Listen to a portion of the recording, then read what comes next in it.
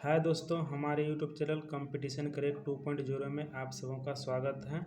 आज हम लोग एनसीईआरटी पब्लिकेशन 6 क्लास का इतिहास का पहला चैप्टर क्या, कब और कहाँ, कैसे, ये पहला अध्याय पढ़ने जा रहे हैं। इसमें पहले हम लोग जैसे नदी का मैप है, उसके बाद पुरातात्विक तत्व का कुछ मैपिंग टाइप से हैं उसको चित्र हैं, तो उसको पहले हम लोग समझते हैं और कुछ फैक्ट को भी हम लोग मेमोराइज कर लेंगे। उसके बाद हम लोग जो है ना इसको जो इसमें कंटेंट है उसी को रीडिंग करके समझने का कोशिश करेंगे। तो चलिए हम ले चलते हैं मैप के साथ।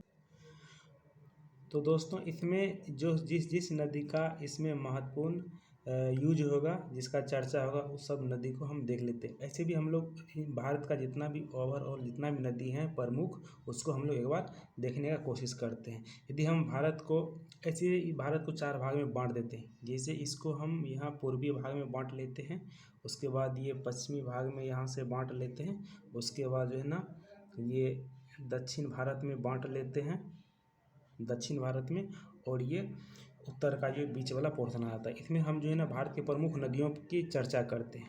जैसे कि सिंधु नदी का सहायक नदी को हमको मेमोराइज करना है, मोटा मोटी ध्यान में रखना है। तो इसको बहुत ही आसान तरीका है याद करने का। सिंधु नदी का है, इतना 4-5 नदी हैं, वो सहायक नदी हैं।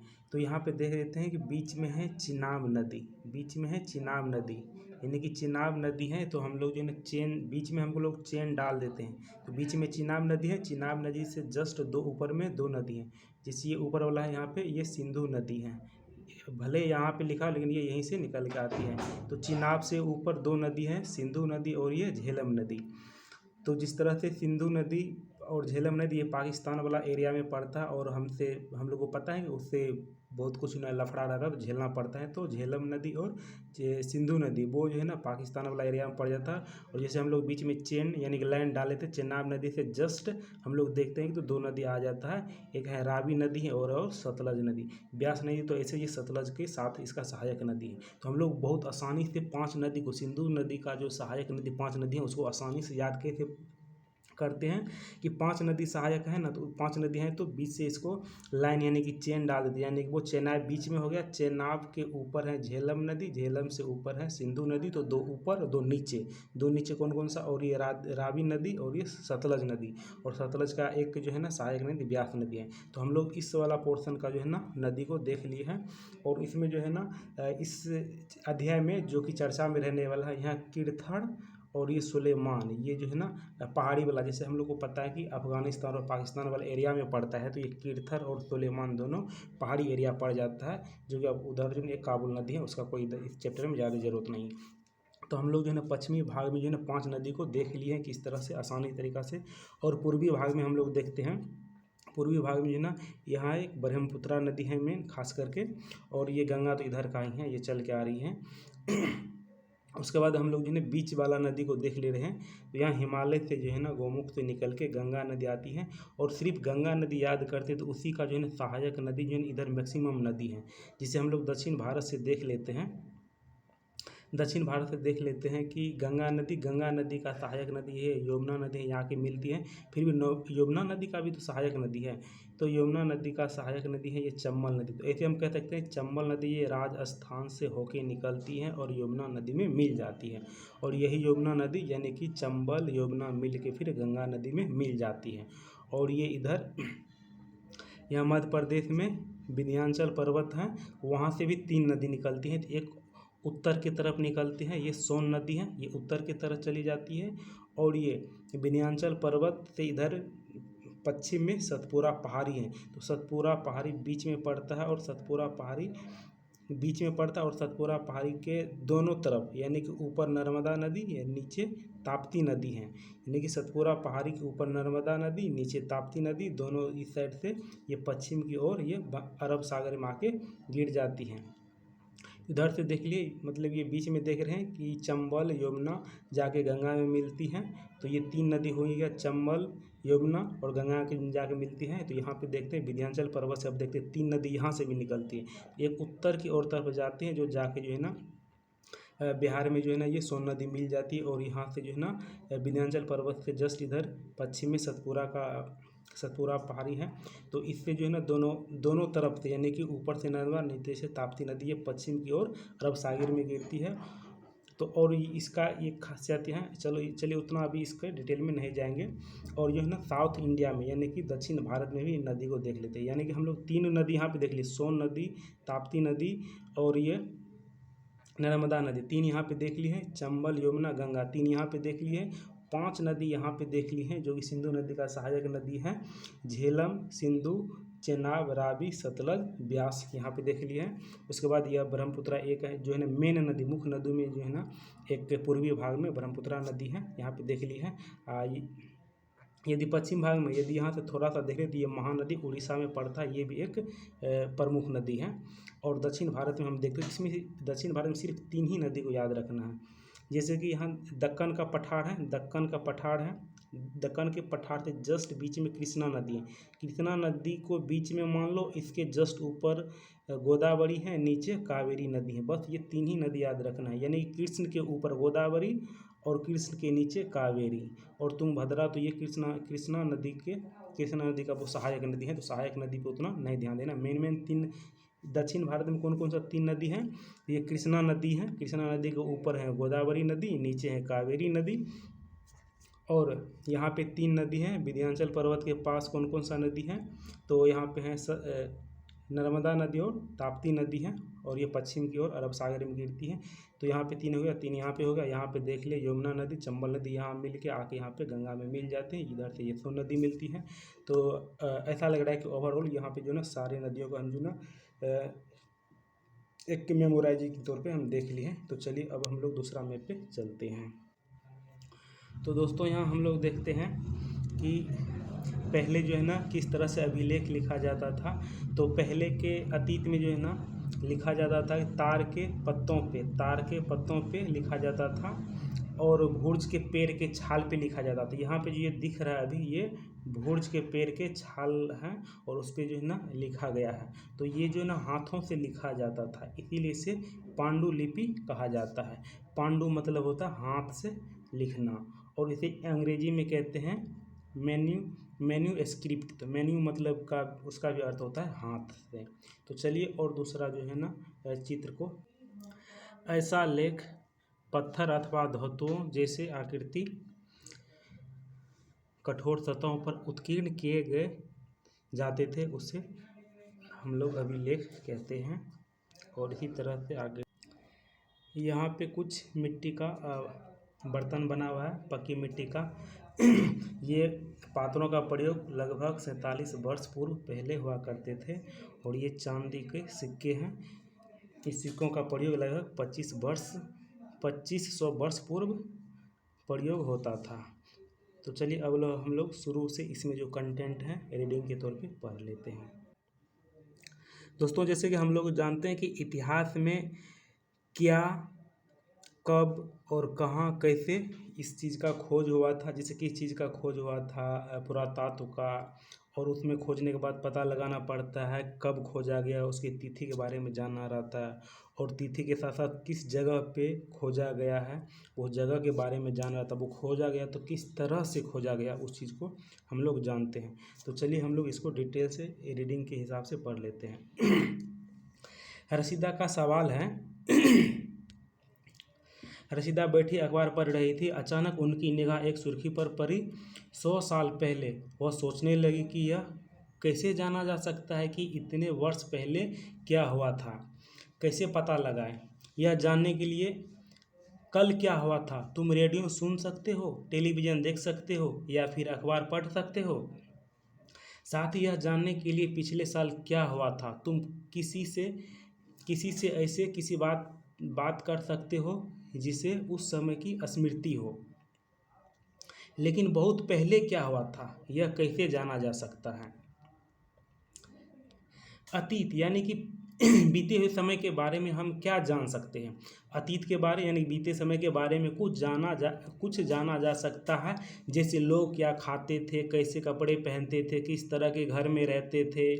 हम आखेटकों मतलब शिकारियों, आखेटक मतलब शिकारी आखेटक मतलब शिकारी, आखेटकों मतलब शिकारी करने वाला। तो आखेटकों पशुपालकों, कृषकों, शासकों, व्यापारी, पुरोहित, शिल्पकारों, यानी कि राजा महाराजा का वो भवन का वो शिल्पीकार, यानी कि डिजाइनिंग बनाने वाला शिल्पीकार कहते हैं। कलाकारों, संगीतकारों या फिर वैज्ञानिकों के जीवन के बारे में जानकारी हासिल कर सकते हैं। यही नहीं, हम यह भी पता कर सकते हैं कि उस समय बच्चे कौन से खेल खेलते थे, कौन सी कहानियाँ सुना करते थे, कौन सा नाटक देखते थे, या फिर कौन कौन से गीत गाते थे, लोग कहाँ रहते थे। कई लाख वर्ष पहले से लोग इस नर्मदा नदी, जिसे कभी हम लोग देखे थे नर्मदा नदी, ये कहाँ पे है, मध्य प्रदेश में नर्मदा नदी। तो कई लाख वर्ष पहले इस नदी के तट पर रह रहे थे। यहाँ रहने वाले आरंभिक लोगों में से कुछ कुशल संग्राहक थे जो आसपास के जंगलों की विशाल संपदा से परिचित थे। अपने भोजन के लिए वे जड़ों, फलों, जंगल के अन्य पादपों का यही से संग्रह क्या करते थे। वे जानवरों को आखेट भी कहते थे, यानी कि इससे पहले ही बताए थे। आखेट मतलब शिकारी, आखेट मतलब शिकारी, आखेटकों मतलब शिकार करने वाला। अब तुम उत्तर पश्चिम की सुलेमान और किरथर पहाड़ी मैप में बता दिए पहले। सुलेमान और किरथर पहाड़ी कौन सा एरिया में है, यह अफगानिस्तान और पाकिस्तान वाला एरिया में है। सुलेमान और किरथर की पहाड़ी, जैसे कि अभी हम लोग मैप में पहले देखे हैं। इस क्षेत्र में कुछ ऐसे स्थान थे जहाँ लगभग 8000 वर्ष पूर्व स्त्री पुरुष ने सबसे पहले गेहूँ जौ जैसे फसलों को उपजाना आरंभ किया। उन्होंने भेड़, बकरी, गाय, बैल जैसे पशुओं को पालतू बनाना शुरू किया। ये लोग गाँव में रहते थे। उत्तर पूर्व में गारो तथा मध्य प्रदेश में विंध्या, जैसे गारो, खासी, जयंतिया अभी पहाड़ी हैं। और ये मध्य भारत में विंध्य पहाड़ियों का पता लगाओ अभी देख ही चुके हैं।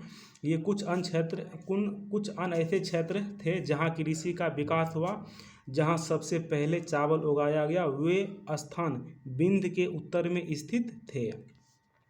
तो मैप तो हम लोग देख ही लिए हैं। मानचित्र पर सिंधु तथा इसकी सहायक नदियों का पता लगाना है, जैसे कि हम लोग मानचित्र पे देख ही लिए थे। यहाँ पे सिंधु नदी के बारे में, सिंधु नदी यहाँ पे है, और ये झेलम नदी है, चिनाब नदी है, रावी नदी है, सतलज और ब्यास नदी है। इसको इससे पहले देख ही लिए हैं।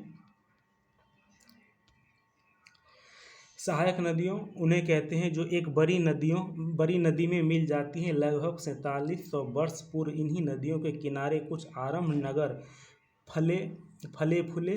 गंगा एवं इसकी सहायक नदियों के किनारे तथा समुद्र तटवर्ती इलाकों में नगर का विकास हुआ लगभग 2500 वर्ष पूर्व में हुआ था।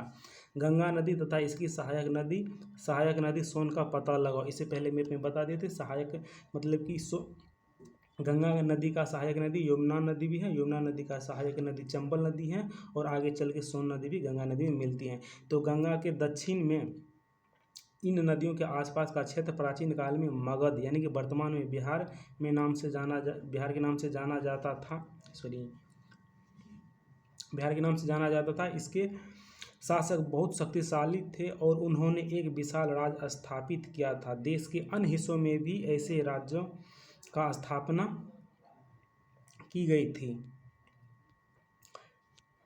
लोगों ने सदैव उपमहाद्वीप के एक हिस्से से दूसरे हिस्से में यात्रा की। कभी कभी हिमालय जैसे ऊंचे पर्वत, पहाड़ियों, रेगिस्तान, नदियाँ, समुद्रों के कारण यात्रा जोखिम भरी होती थी। फिर भी ये यात्रा उनके लिए असंभव नहीं था। अतः कभी लोग काम की तलाश में तो कभी प्रकृति आपदाओं के कारण एक स्थान से दूसरे स्थान जाया करते थे। कभी सेनाएं दूसरे क्षेत्रों पर विजय हासिल करने के लिए जाती थी। इसके अतिरिक्त व्यापारी कभी काफिले में तो कभी जहाज़ों में अपने साथ मूल्यवान वस्तु लेकर एक स्थान से दूसरे स्थान जाते रहते थे।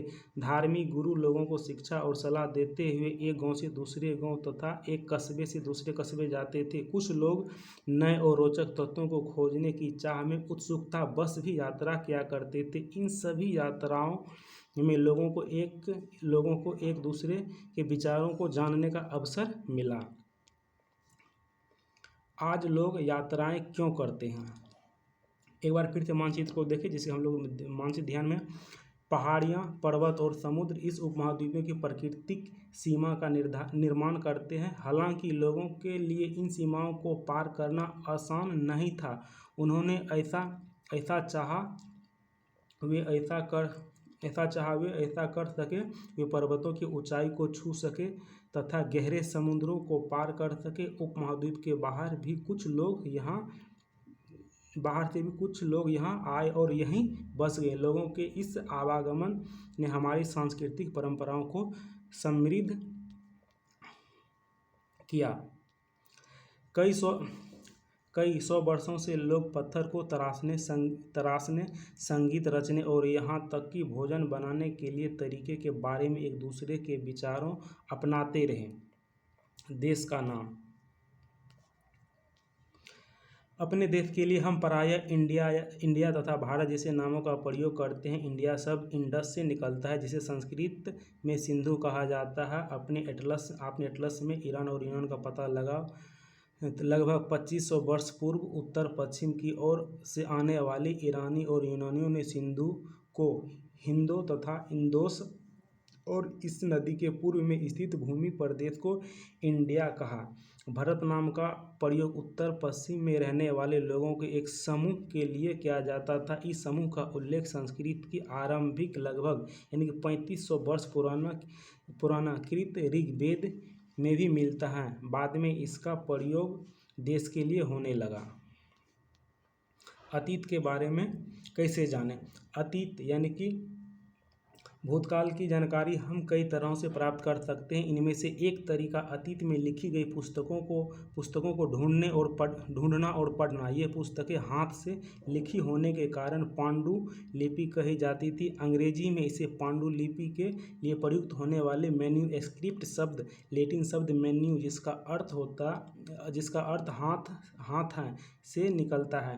पांडुलिपि प्रायः ताम्रपत्रों अथवा हिमालय क्षेत्र में उगने वाली भूर्ज, ये जो है भूर्ज नामक पेड़ की छाल पे विशेष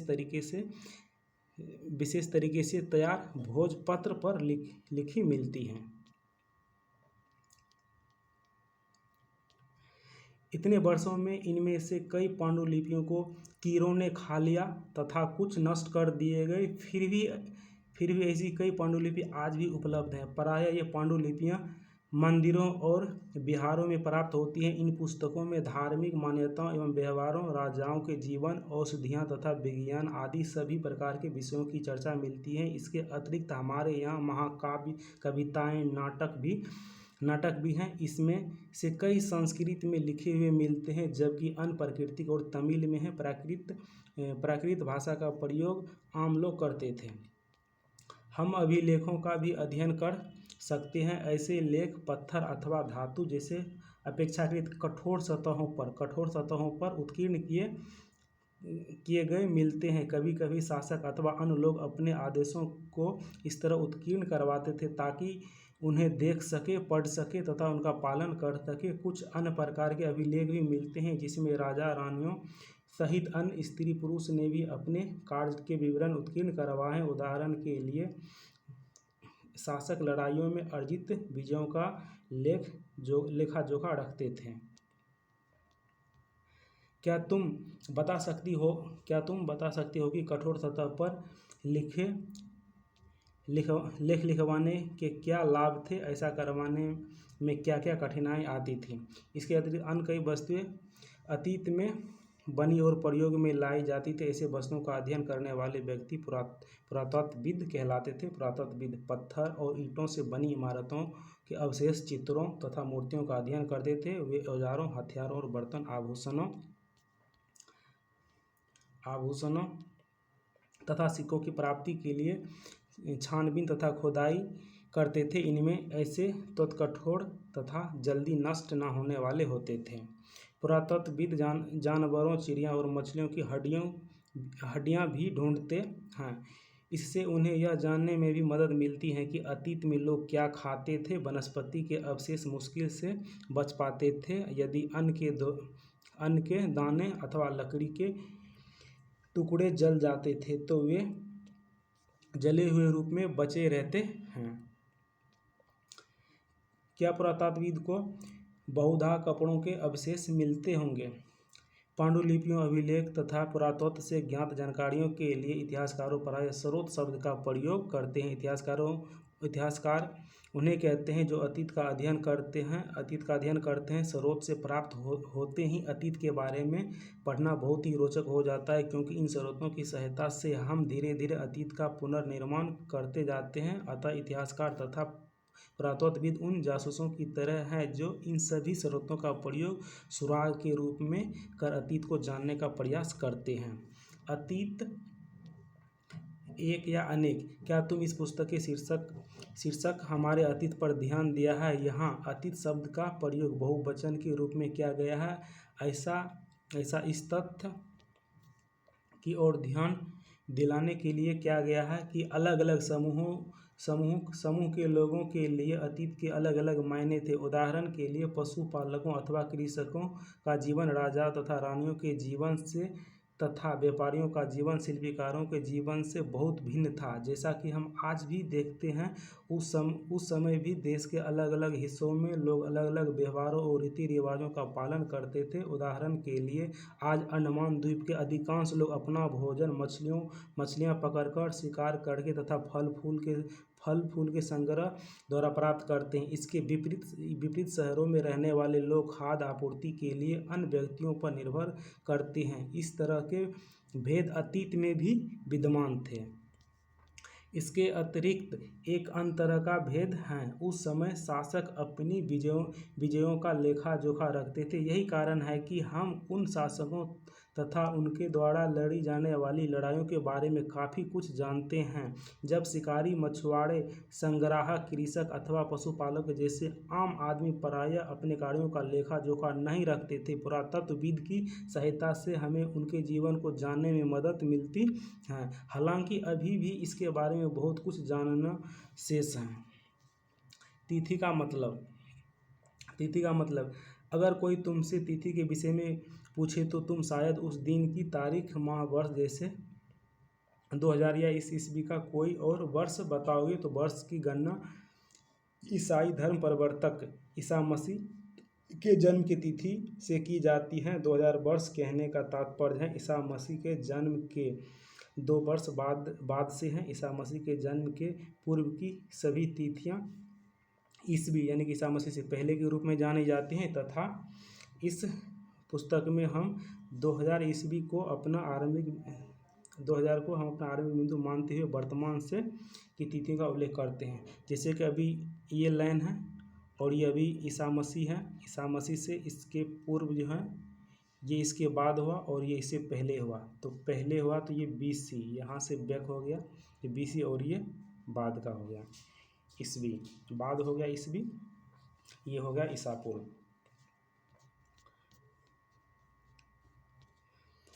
इतिहास और तिथियां। अंग्रेजी में BC यानी कि हिंदी में ईसा पूर्व का तात्पर्य बिफोर क्राइस्ट ईसा पूर्व होता है। कभी कभी तुम तिथियों से पहले AD यानी कि हिंदी में ईस्वी लिखते हैं तो एनो डोमिनी नामक 2 लैटिन शब्दों से बना। इसका तात्पर्य ईसा मसीह के जन्म के वर्ष से है। कभी कभी AD की जगह CE तथा BC की जगह BCE का प्रयोग होता है। CE अक्षरों का प्रयोग CE का कॉमन एरा के रूप में प्रयोग होता है। BCE का प्रयोग बिफोर कॉमन एरा के लिए होता है। इन शब्दों का प्रयोग इसीलिए करते हैं क्योंकि विश्व के अधिकांश देश में अब इस कैलेंडर का प्रयोग समान हो गया है। भारत में तिथियों के रूप में प्रयोग लगभग 200 वर्ष पूर्व आरंभ हुआ था। कभी कभी अंग्रेजी के BP अक्षरों का प्रयोग, जिसका तात्पर्य बिफोर प्रेजेंट या वर्तमान से पहले के रूप में भी किया जाता है।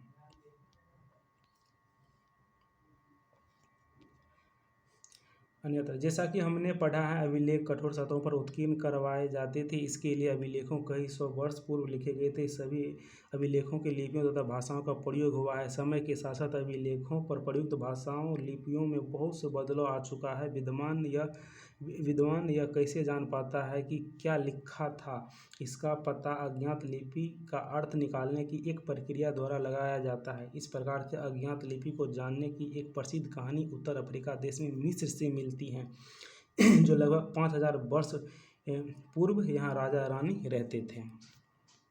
ये सिंबल है, सिंबल के हिसाब से अनुमान, जैसे कि ये जो है ना पशु पक्षी के सिंबल के हिसाब से ये नाम रखा गया है अनुमान के तौर पे। मिस्र के उत्तरी तट पर रोसेटा नाम का एक कस्बा है। यहाँ से एक ऐसा उत्कीर्ण पत्थर मिला है जिस पर एक ही लेख 3 अलग अलग भाषाओं तथा लिपि यानी कि यूनानी और मिस्र के दोनों प्रकार थे। कुछ विद्वानों यूनानी भाषा पढ़ सकते थे। उन्होंने बताया कि यहाँ राजा और रानियों के नाम एक छोटे से फ्रेम में दिखाए गए हैं। इसे कारतूस कहते हैं, कारतूस फ्रेम में जो नाम लिखा गया उसे कारतूस कहते हैं। इसके बाद विद्वानों ने यूनानी और मिस्र के संकेतों को अलग बगल रखते हुए मिस्र अक्षरों का समानार्थक ध्वनि को पहचान की। जैसे तुम देख सकते हो यहाँ एक अक्षर के लिए शेर तथा एक अक्षर के लिए चिड़िया, जो ऊपर में भी दिखाए थे। एक बार उन्होंने यह जान लिया कि विभिन्न अक्षर किन के लिए प्रयुक्त हुआ है तो वे आसानी से इसे अभिलेखों को भी पढ़ सकते थे। तो दोस्तों इसके साथ यहाँ पे कुछ इम्पोर्टेंट जो है ना महत्वपूर्ण बात है, इसको देख लेते हैं। जैसे कृषि का आरंभ जो है ना 800 वर्ष पूर्व हुआ था और सिंधु सभ्यता के प्रथम नगर 4700 वर्ष पूर्व हुआ था सिंधु सभ्यता के प्रथम नगर। और गंगा घाटी के किनारे मगध क्या था, सबसे बड़ा राज था, वो 2500 ईसा वर्ष पूर्व से हैं और वर्तमान में लगभग 2000 वर्ष ईसा पूर्व हैं। तो दोस्तों यहीं पे ये वीडियो को ख़त्म करते हैं, मिलते हैं नेक्स्ट वीडियो में, तब तक के लिए जय हिंद।